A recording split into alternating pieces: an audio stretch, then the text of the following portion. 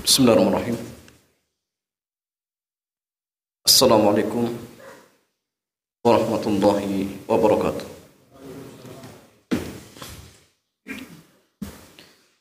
Alhamdulillah wassalatu wassalamu ala Rasulillah wa ala alihi wa sahbihi ajma'in.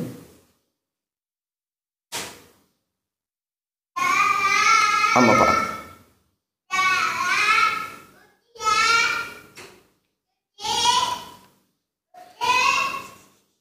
Khwan wa tifillah, alhamdulillah di kesempatan malam yang mulia ini Allah kembali kumpulkan kita di majlis yang sangat mulia ini, yaitu majlis Talabul Ilm.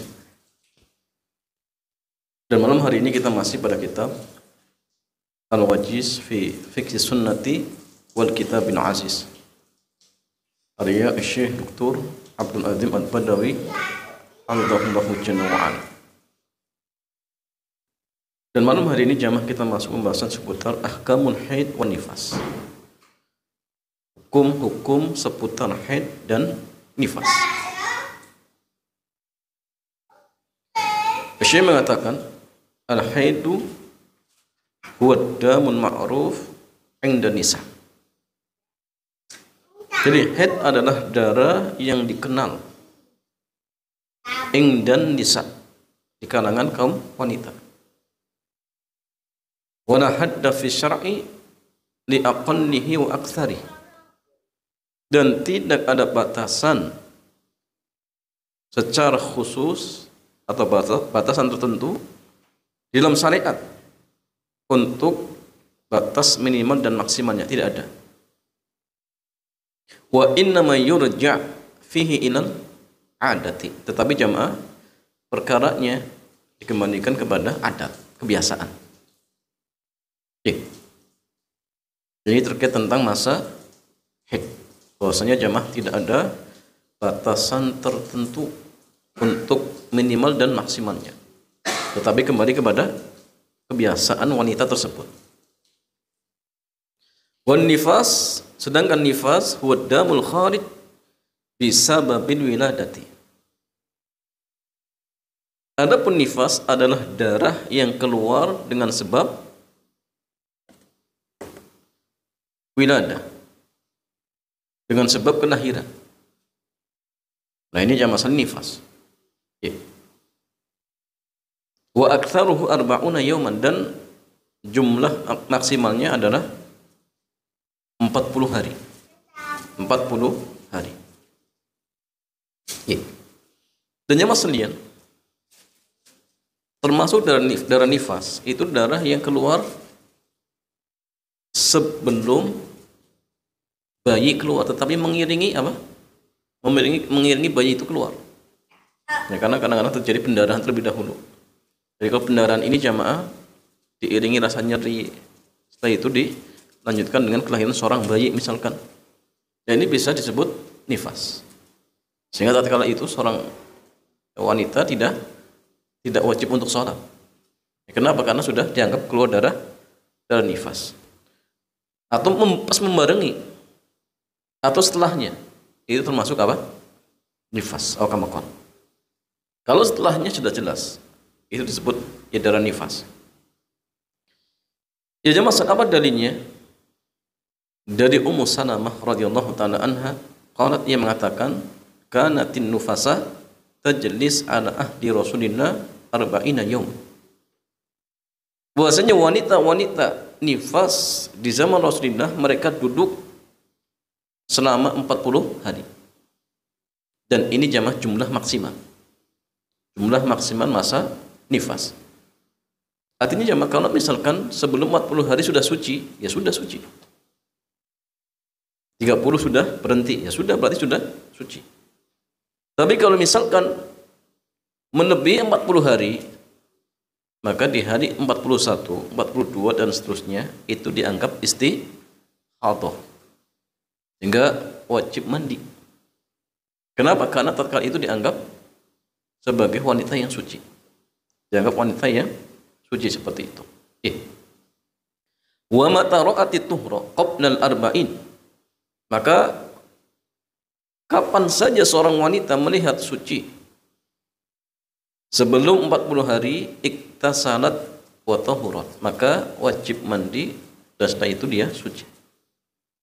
Wa in istamarra biha dam ba'dal arba'in, tapi jika misalkan darah itu terus menerus keluar setelah 40 hari, iktasanat, maka mandilah di tamamil arba'in, ya, di hari yang ke-40-nya, dan dia dianggap suci. Dia dianggap suci. Ya. Nah, sehingga jemaah sekalian, ikhwan wa akhwati fillah, ini sedikit terkait tentang masalah haid dan nifas. Dan jemaah sekalian, hukum wanita haid, wanita nifas sama seperti wanita haid. Hukum wanita nifas sama seperti wanita haid. Sama persis. Tapi beda antara wanita yang keluar dari istihadhah. Itu beda. Sehingga jemaah, antara wanita yang keluar darah haid dengan keluar darah istihadhah itu hukumnya beda. Wanita yang keluar darah haid dianggap tidak suci. Bahkan dia dalam keadaan hadas besar. Adapun wanita yang keluar darah istihadhah, maka dianggap dianggap suci. Sehingga wajib sholat, kalau pas Ramadan ya wajib puasa. Sehingga karena ada perbedaan jamaah, sehingga penting bagi kita untuk mengetahui perbedaan ciri darah haid dan darah istihadhah. Itu penting. Karena hukumnya beda. Di antara yang disebut oleh para ulama kita jemaah, perbedaan antara darah haid dan istihadhah. Yang pertama, dari sisi warna. Darah haid itu warnanya hitam pekatan atau hitam pekat. Adapun darah istihadhah warnanya merah, seperti darah biasa. Kemudian dari sumber keluarnya. Darah haid itu keluar dari rahim. Adapun istihadhah dari urat yang pecah. Dari urat yang pecah. Kemudian dari sisi sebelum dan setelah keluar. Darah haid sebelum keluar itu menggumpal.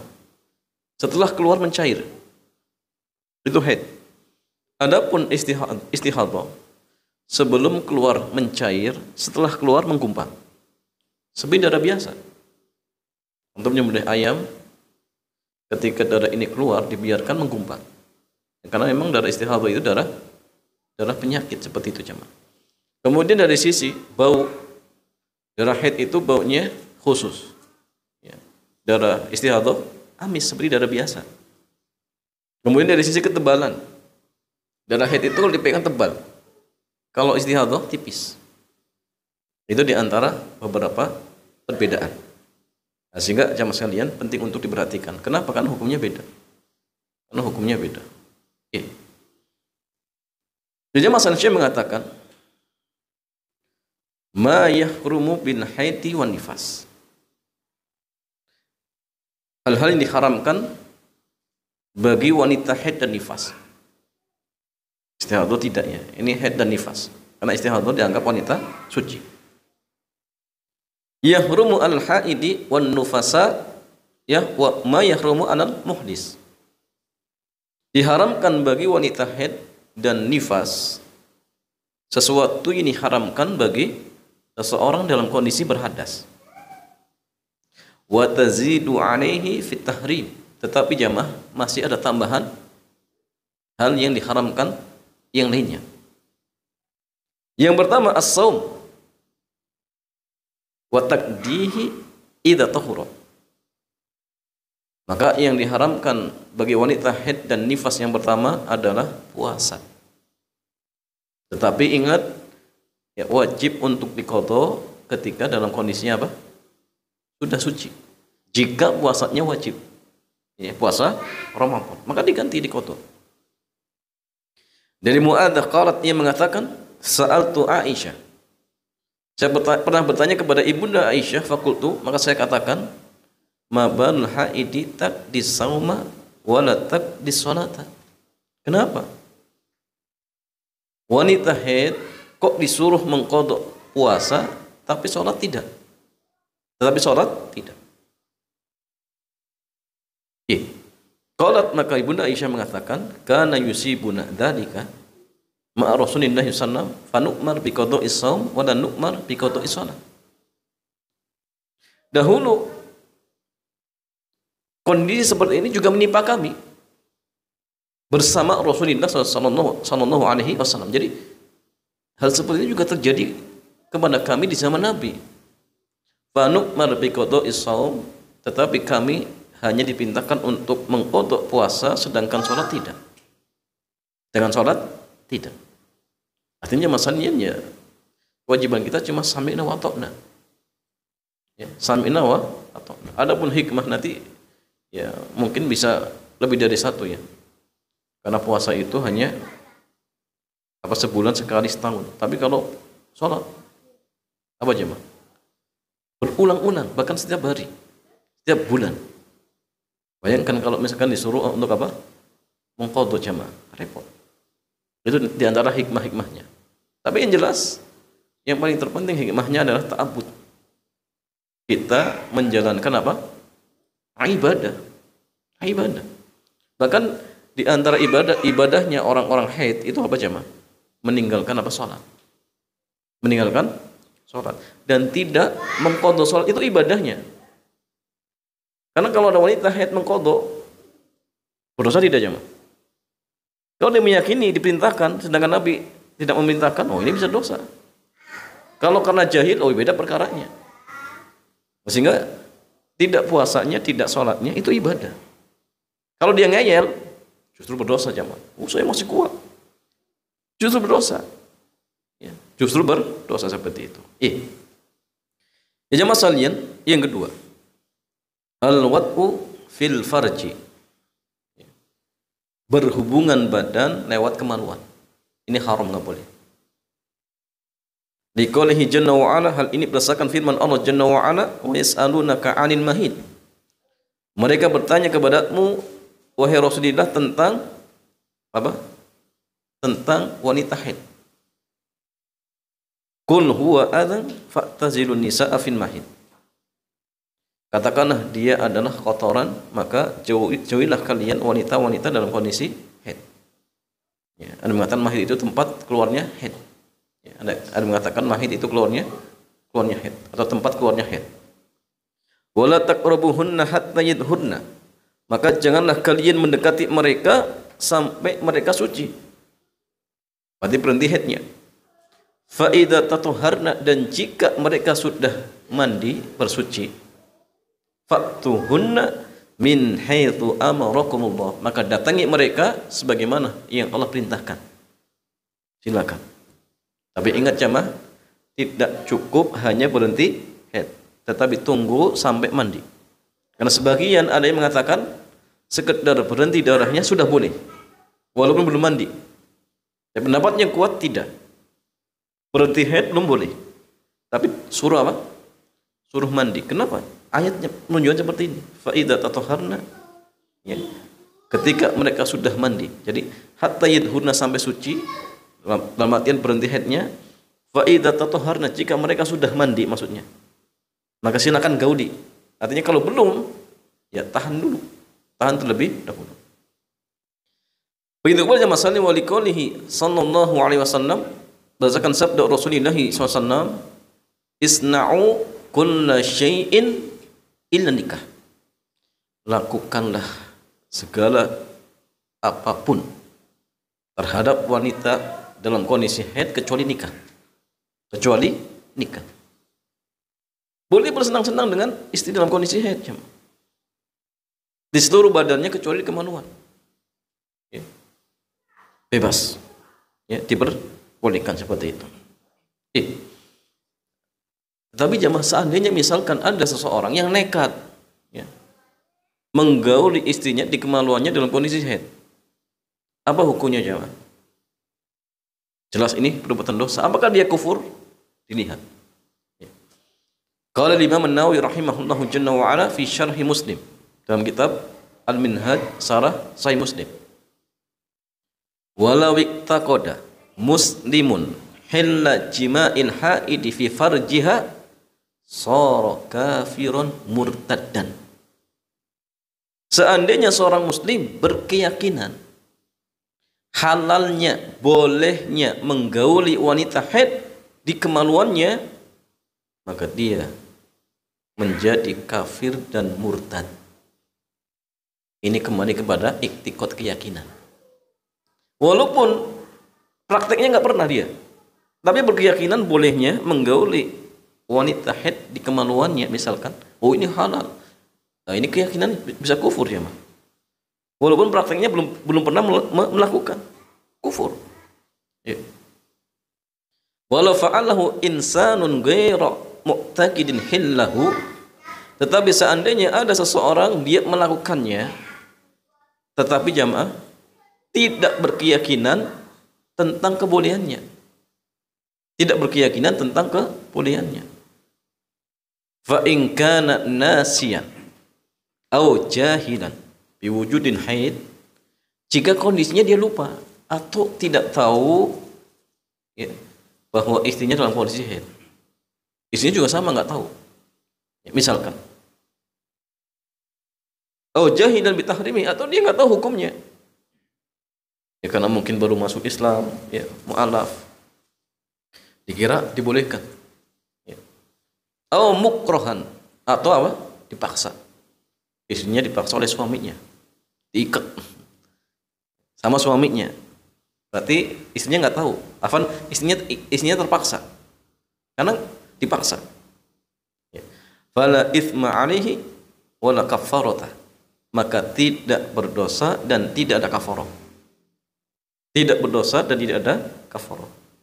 Kalau dalam artian istrinya dipaksa, diikat, maka istri jelas nggak berdosa, tidak ada kafarah. Tapi suaminya bagaimana cuman? Jelas dia berdosa, tapi apakah ada kafarah? Nah, ini akan dibahas nanti. Dan apa kafarahnya? Ya. Kemudian masalian, wa in wati'aha amidan aliman bil haidi wa tahrim, jika ada seseorang dia menggauli seseorang atau wanita atau istrinya dalam kondisi haid, amidan, dia tahu, afan dia sengaja, kemudian aliman tahu dengan kondisi haidnya, wa tahrim dan tahu hukumnya bahwa itu haram, muhtaron dan dia punya pilihan, nggak dipaksa, faqad irtakaba maksiatan kabiratan, maka sungguh dia telah melakukan maksiat yang sangat besar. Nas Syafi'i, al-Imam Syafi'i beliau mengatakan ala annaha kabiratan, bahwasanya ini perbuatan dosa besar. Wa tajibu alaihi taubah, maka wajib baginya untuk bertobat. Wa fi wujubil kafarah qaulan, tetapi terkait tentang apakah wajib bayar kafarah ada dua pendapat. Ada dua pendapat. Qultu, kata Syekh, wal qaulur rajih, pendapat yang paling rajih, paling kuat, wujubul kafarah, wajib bayar kafarah. Kenapa? Li hadis Ibnu Abbasin, hal ini berdasarkan hadis dari Ibnu Abbas radhiyallahu taala anhuma anin Nabi sallallahu alaihi wasallam fil ladzi yatim ra'atahu wa hiya haidun, terkait seorang laki-laki yang menggauli istrinya dalam kondisi haid. Qal, maka Nabi mengatakan, yatasaddaqu bidinarin aw nisfi dinarin. Ya, hendaknya dia bersedekah dengan 1 dinar atau setengah dinar. Berapa jam? Tahu dinar itu berapa?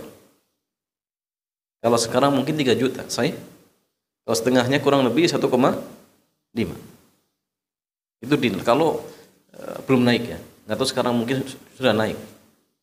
Kira-kira 3 jutaan. Ya. Wa tahyiru fil hadisi raji'un ila tafriq baina awwalid dami wa akhirih. Lima ruya an Ibni Abbasin mauqufan. Ya.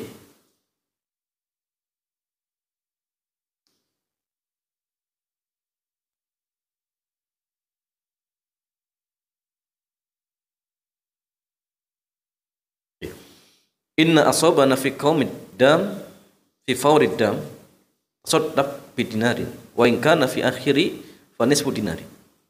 Adapun pilihan terkait yang disebut dalam hadis ini kembali kepada perbedaan ya, antara di awal keluarnya darah atau di akhirnya. Mana riwayat dari Ibnu Abbas, mauquf, ini ucapan Ibnu Abbas. Ya, jika terjadi misalkan ketika darah itu baru keluar, maka sedekahnya kafarahnya 1 dinar. Tapi kalau terjadi di akhir, maka setengah dinar. Setengah dinar. Ini jamaah sekalian terkait tentang apa? Kafarahnya. Tentang kafarahnya. Bagaimana masalahnya? Bagaimana dengan darah istihadhah? Saya mengatakan hiya damun yakhruju fi ghairi awqatil haid wan nifas. Darah istihadhah adalah darah yang keluar di selain waktu haid dan nifas. Selain waktu haid dan nifas. Aw muttasilan bihima, atau bersambung dengan haid dan nifas. Fa in kana awwalu khawatihun. Jika kondisinya pertama, artinya dia keluar di selain waktu haid, jelas berarti ini darah istihadhah. Wa in kana tsani, jika kondisinya yang kedua bersambung dengan nifas ataupun apa? Haid. Ya. Fa in kanatil mar'atu muqtada. Jika kondisi wanita tersebut muqtada itu jamaah dia punya kebiasaan. Punya kebiasaan. Ya. Fama zada ala adatiha fahuwa istihadhah, maka ya, darah yang keluar di luar kebiasaannya dianggap istihadhah.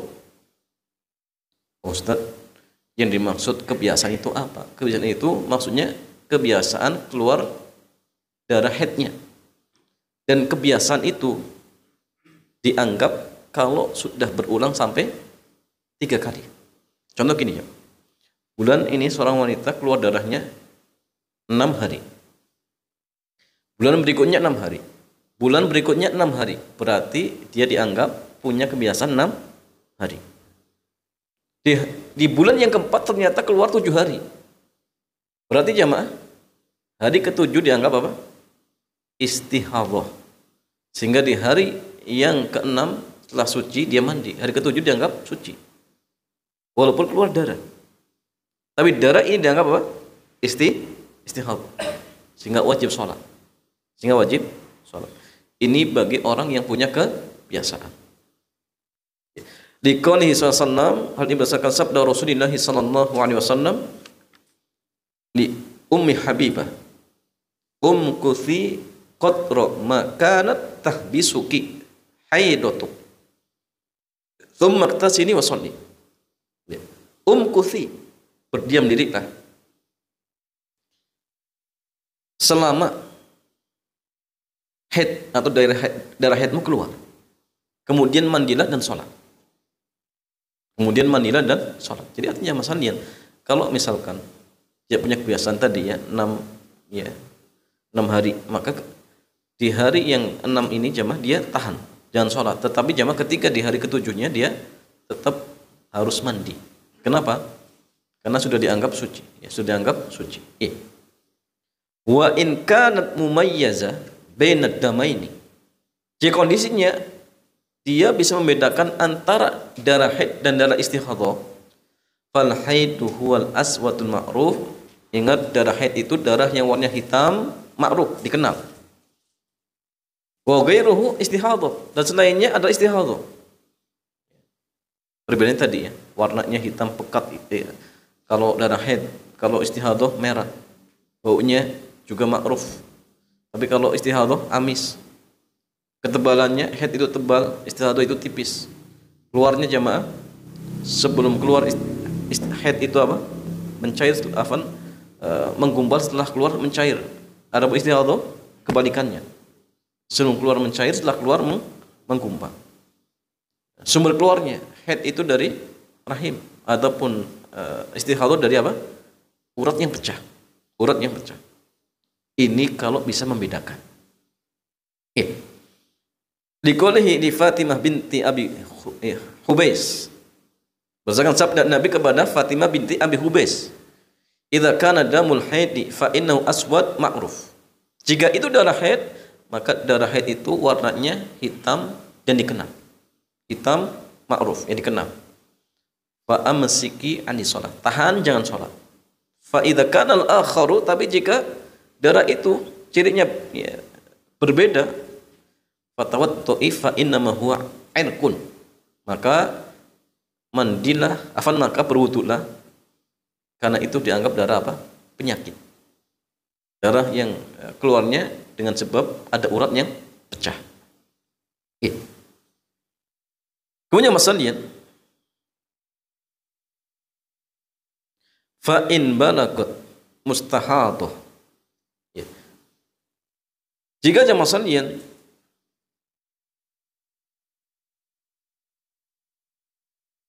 darahnya itu sudah dalam artian dianggap istihadah ya. Wala tastati utamyiz, tetapi dia tidak bisa membedakan antara haid dan istihadah. Raja'at ila ghalibi adati nisaiha.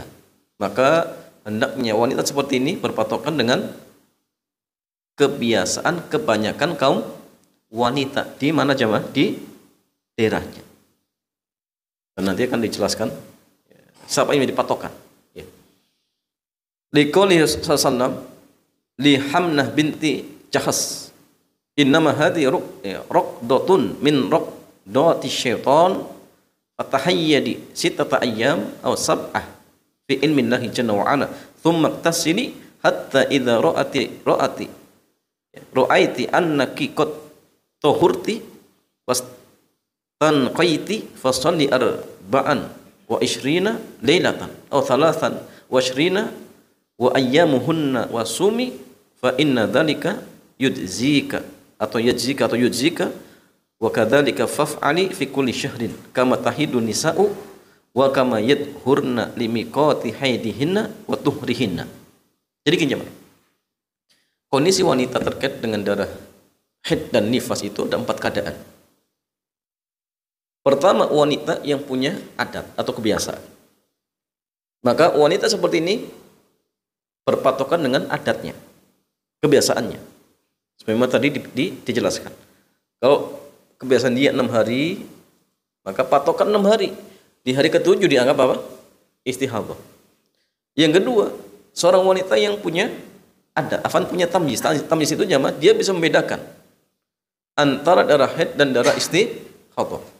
Maka jamaah sekalian, ketika misalkan keluar darahnya, cirinya darah haid, misalkan, anggap haid. Tapi ketika keluar cirinya darah istihadah, maka dianggap istihadah. Cuma ini sulit jamaah. Ini sulit.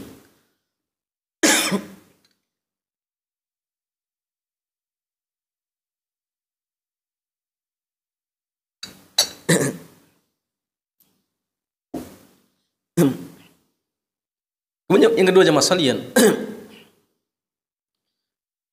Yang ketiga, kalau wanita itu jamaah punya adat dan punya kebiasaan, gimana jamaah? Jadi yang kedua ini cuma punya adat, yang kedua punya tamyiz. Yang ketiga, ada seorang wanita dia punya kebiasaan dan punya tamyiz. Gimana jamaah? Maka ada 2 kondisi. Kalau misalkan antara adat dan kebiasaannya tidak bertentangan, oh ini gampang, selesai. Contoh gini, kebiasaan dia 6 hari. Dan ternyata di waktu 6 hari ini darah yang dilihat persis darah apa? Darah haid. Di hari ke-7 darah yang keluar apa? Cirinya istihadah. Oh berarti apa? Sudah patokan 6 hari saja. Ya, misalkan darah yang keluar sampai 1 bulan misalkan. Nah, ini kadang terjadi jemaah, kadang terjadi. Ya. Yang kedua, kalau ternyata antara adat dan kebiasaannya bentrok. Contoh, kebiasaan dia 6 hari. Di waktu 6 hari ini jemaah, darah yang keluar ciri-cirinya darah istihadah. Di hari ke-7 ternyata ciri-ciri yang keluar darah apa? Haid. Pertanyaan jemaah, dia ikut mana? Ikut kebiasaan atau ikut ciri-ciri jemaah? Ini silang pendapat. Pendapat yang kuat, wanita seperti ini dia tetap ikut kebiasaan. Kenapa? Karena kebiasaan lebih mudah daripada membedakan.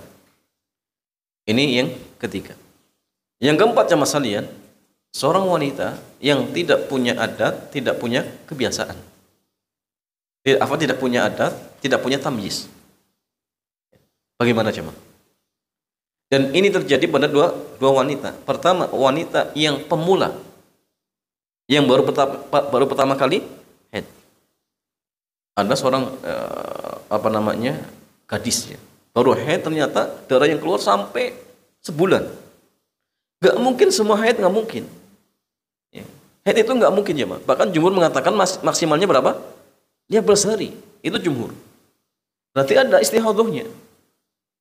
Dan ini kadang terjadi ya, Yang kedua, terjadi pada seorang wanita yang lupa kebiasaannya. Ada seorang wanita jemaah dulu punya kebiasaan, tapi saking banyaknya hamil, lupa. Tahun ini hamil, lahir. Sebelum haid, sudah hamil lagi. Nanti berapa bulannya? 9 bulan. Baru lahir, nifas. Ya. Belum haid, sudah baru suci, hamil lagi.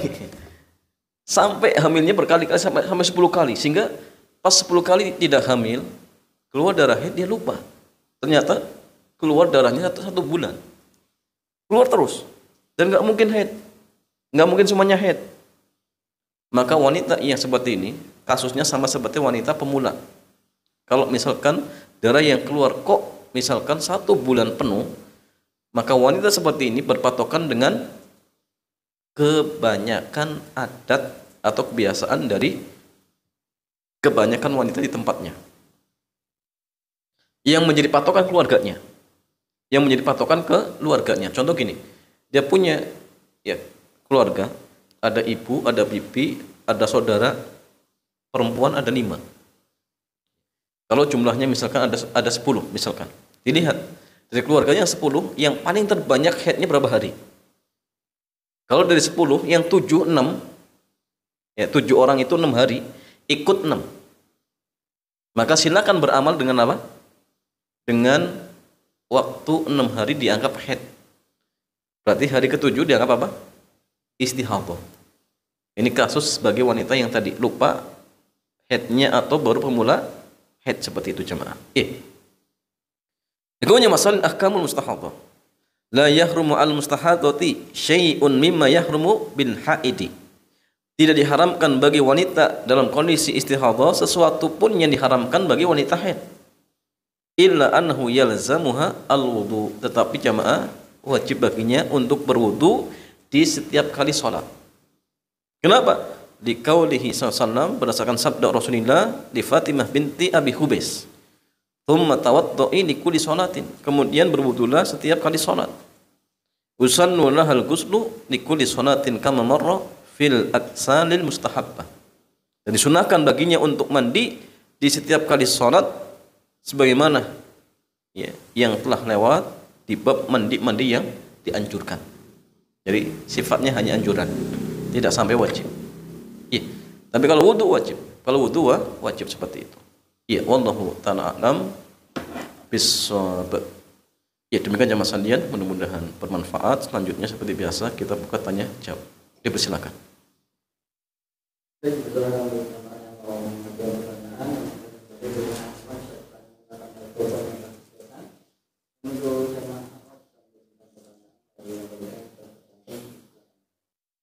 Ada pertanyaan yang masuk dan ada beberapa pertanyaan. Pertama, assalamualaikum Ustaz, izin bertanya. Assalamualaikum. Bagaimana hukumnya wanita yang mengalami keguguran saat usia kehamilan masih 8 minggu? Apakah sama dengan nifas ya Ustaz? 8 minggu itu berarti berapa bulan? 2 bulan.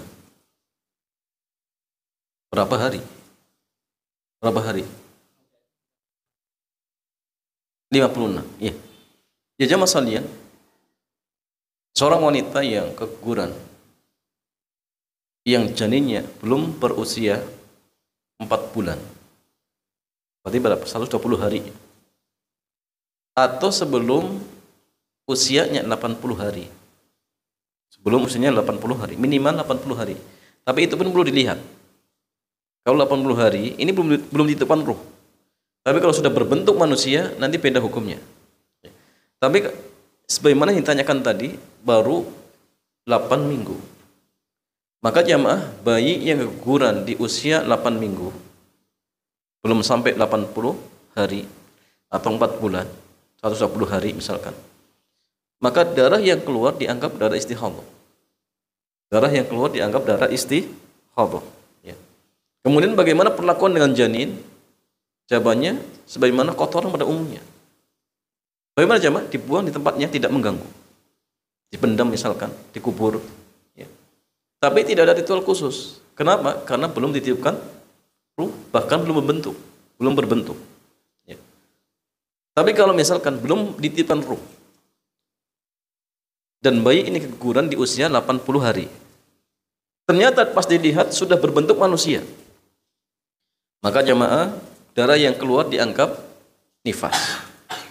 Tapi perlakuan dengan si janin bagaimana? Perlakuannya sebagaimana dari kotoran, sama. Karena belum ditiupkan ruh. Ya.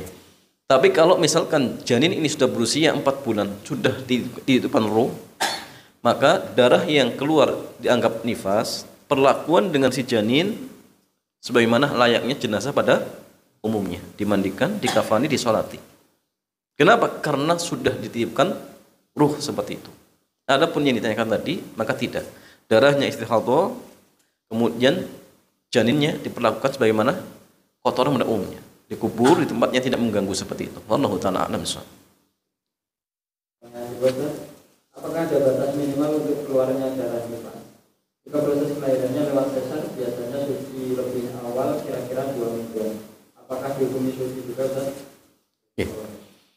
Jamaah sekalian, tidak ada batas ketentuan minimalnya berapa. Yang penting intinya darah yang keluar di saat melahirkan atau sesaat sebelum melahirkan, ya, tentu ada standarnya, ya. Atau setelah melahirkan, maka darah ini jamaah dianggap apa? Nifas. Dianggap nifas. Walaupun sedikit dianggap nifas. Setengah hari ternyata suci jamaah, nggak keluar darah lagi misalkan. Ya sudah, berarti apa? Dianggap suci. Sehingga artinya tidak ada batas minimalnya berapa. Apakah keluar 2 hari baru dianggap nifas? Enggak. Intinya darah yang keluar berbarengan dengan keluarnya janin itu dianggap nifas. Ya. Atau setelah keluarnya janin itu juga dianggap nifas. Atau bahkan Allah alam sebelumnya tadi. Tapi ingat ya, diiringi keluarnya apa? Janin. Maka itu dianggap apa? Nifas, seperti itu. Ya. Adapun maksimalnya tadi 40 hari. Seperti itu. Wallahu ta'ala a'lam bishawab. Pertanyaan berikutnya, Pak. Bismillah. Izin bertanya, Pak, bagaimana kalau sudah bersih dari haid, sudah mandi besar, kemudian berhubungan badan, ternyata keluar lagi. Kemudian mandi lagi setelahnya, bersih. Nggak keluar lagi darahnya. Bagaimana hukumnya, Pak? Kondisi sebenarnya ini usia menjelang menopause atau siklus sudah. Apa? Usia menjelang menopause atau Ya jamaah sekalian, ketika pelakunya tidak menyadari, pertama berarti tidak berdosa, karena nggak tahu, dan tidak ada kafarah, Tapi kalau tahu ya nggak boleh. Yang kedua jamaah sekalian, terkait seorang wanita dianggap suci dan tidaknya, maka suci itu bisa dianggap kalau ada 2 ciri, 2 tanda. Pertama, kering. Bagaimana caranya? Masukkan kapas, kemudian pas dikeluarkan, kering. Berarti sudah suci. Yang kedua, keluarnya kusotul baido, cairan berwarna putih.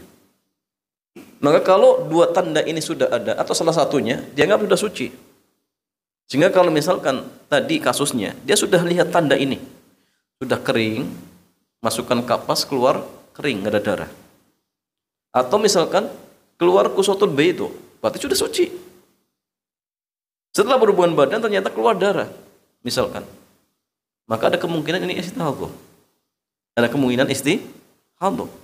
Kalau ini istihadhah, maka selesai perkaranya, nggak masalah dan tidak berdosa. Kenapa? Karena dianggap sudah suci.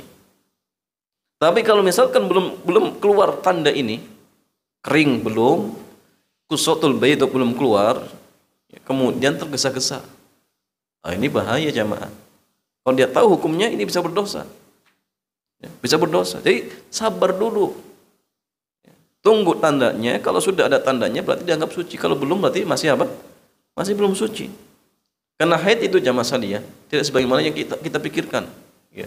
oh keluarnya seperti keran, enggak. Kadang sedikit, berhenti sedikit, keluar lagi. Sehingga sabar dulu. Sabar terlebih dahulu seperti itu. Ya. Jadi kalau misalkan sudah ada tandanya, berarti sudah dianggap suci. Tapi kalau belum ada tandanya, sabar dulu. Jangan tergesa-gesa. Tapi kalau karena tadi tidak tahu hukumnya, misalkan jamaah, maka tidak berdosa seperti itu. Wallahu a'lam. Kedepannya jangan diulang ya, jangan tergesa-gesa seperti itu. Wallahu a'lam. Yang berikutnya, Ustaz. Ahwan mau tanya, apabila setelah masa haid dalam sehari itu merasa sudah bersih dan juga sudah cukup, lalu saat selesai berhubungan tiba-tiba masih mengeluarkan darah, tetapi warnanya merah tipis, merah muda, bagaimana hukumnya? Ini jamaah sekalian, kembali tadi, seorang wanita itu jamaah punya kebiasaan atau punya tamyiz. Kalau yang bertanya tadi dalam artian tidak punya kebiasaan, tidak punya tamyiz, maka hukum asal darah yang keluar itu haid. Tapi kalau dia punya kebiasaan, maka kembali kepada kebiasaan. Kembali kepada kebiasaan. Ya. Maka kalau misalkan tidak punya kebiasaannya, sabar dulu. Sabar lebih dahulu. Tunggu sampai darahnya benar-benar keluar. Tunggu sampai darahnya benar-benar berhenti. Ya. Jangan apa? Jangan tergesa-gesa. Seperti itu jamaah. Dan cara atau untuk mengetahui suci dan tidaknya ketika sudah keluar ciri tadi, kering ataupun keluar kusotul baido. Kalau sudah keluar ini maka dianggap sudah suci. Kalau belum maka belum. Seperti itu. Nah, sehingga kalau misalkan tadi kasusnya seperti yang ditanyakan, setelah berhubungan badan ternyata keluar darah, maka ini banyak kemungkinan, mungkin itu haid, mungkin istihadhah. Ya, maka kembali kepada pertanyaan, apakah dia punya kebiasaan atau tidak. Kalau seandainya misalkan jamaah, dia punya kebiasaan 6 hari, ternyata benar setelah 6 hari kering, berhenti haidnya, di hari ke-7 berhubungan badan keluar darah, mungkin itu istihadhah, karena dia sudah punya kebiasaan. Tapi kalau belum punya kebiasaan, ya sudah, pokoknya sabar dulu. Kalau memang darahnya masih keluar, belum ada ciri tanda suci, sabar dulu. Masukin kok masih agak basah-basah, berarti itu haid. Kusotul bait itu belum keluar, maka sabar sampai benar-benar kering, atau sampai tunggu keluar kusotul bait itu, seperti itu. Wallahu taala a'lam bishawab. Ada dua pertanyaan lagi, Ustaz. Ini pertanyaan terakhir dari Ahwan.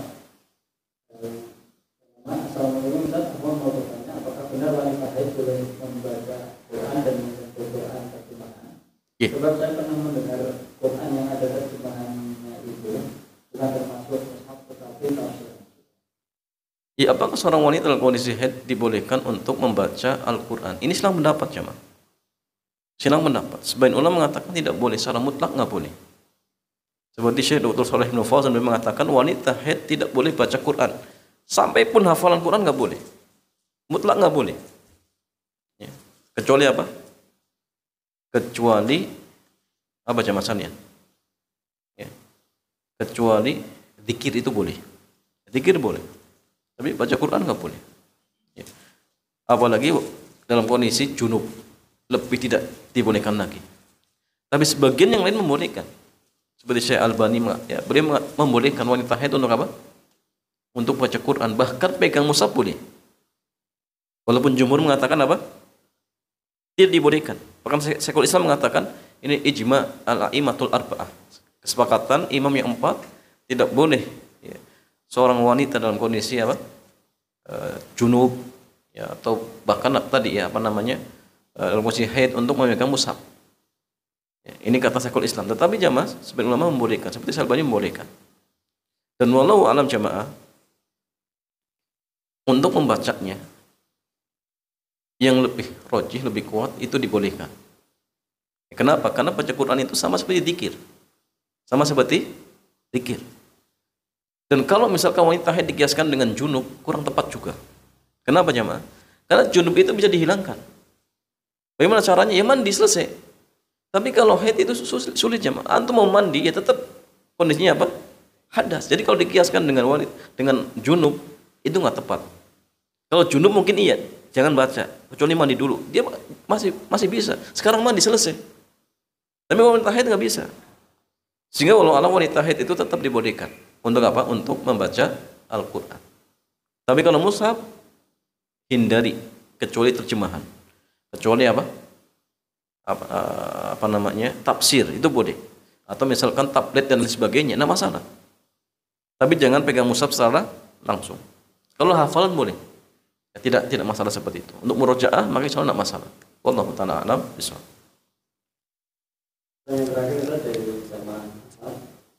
Misalnya seorang wanita mendapati dirinya baik di waktu isya jam 8 malam dan dia belum sholat isya, apakah nanti ketika ia suci harus memulai sholat isya?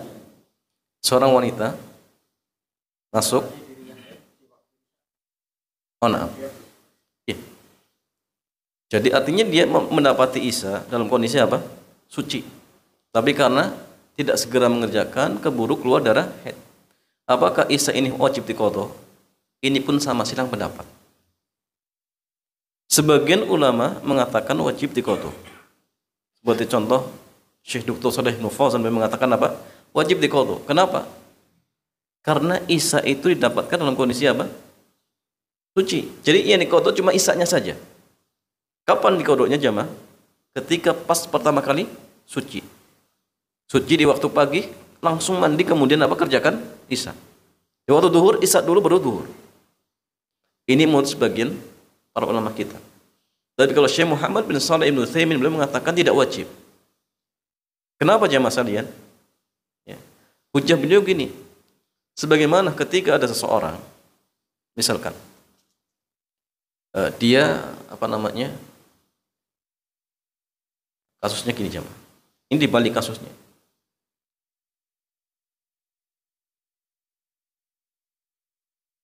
Kalau misalkan ada seorang berhenti haid di waktu isya, berhenti haid di waktu isya, misalkan,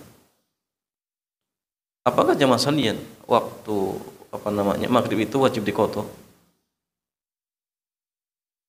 Wajib diqadha tidak jamaah? Itu pun silang pendapat. Kalau saya Muhammad bin Shalih bin Utsaimin tidak. Atau alasannya lain gini jamaah sekalian. Seorang wanita itu jamaah boleh tidak mengundurkan sholat? Boleh mengundurkan sholat. Maka karena mengundurkannya saja dibolehkan, berarti artinya ketika misalkan dia mengundurkan sebentar, kemudian keluar darah haid, berarti artinya dia mengundurkan karena alasannya dibolehkan. Kalau alasannya dibolehkan, berarti dia dianggap tidak bermudah-mudahan. Kalau dia bermudah-mudahan, maka ada qadhanya tidak jamaah. Sebenarnya mengatakan tidak ada. Tetapi walau pendapatnya paling hati-hati, dia wajib mengqadha hanya isya. Hanya isya. Kenapa jamaah sekalian? Karena isya dia jumpai dalam kondisi suci. Nanti ketika baru berhenti maka silakan diqadha. Isyanya saja. Isyanya saja seperti itu. Wallahu ta'ala a'lam bissawab. Demikian jamaah sekalian, mudah-mudahan kajian kesempatan malam yang mulia ini bermanfaat. Kita tutup. Subhanakallahumma bihamdik asyhadu an la ilaha illa anta astaghfiruka wa atubu ilaik. Assalamualaikum warahmatullahi wabarakatuh.